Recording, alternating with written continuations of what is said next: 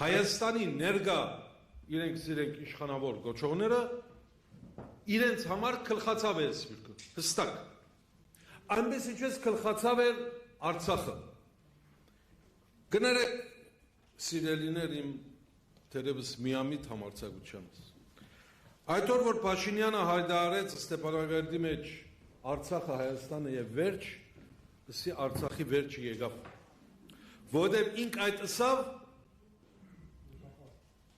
ասելով, որ Արցախի ճակատագիրը ես կորոշեմ։ Եվ ինք որոշած էր Արցախի ճակատագիրը։ Արցախի ճակատագիրը որոշողը գիտեր նաև Հայաստանը ինչ պիտի լա։ Եվ Հայաստանի ճակատագիրը մինչև այս վարյանը եւ գուսանք մինչև հունիս 6 միայն իր ցերկն է դակավին եւ պաստորեն 240 կիլոմետր քառակուսին գտնապազմանալ այո այսօրվա իշխանությունները ըսպյուրքը կգանտեն նախաբեցալ փորձեր գալային սակայն չաճողեց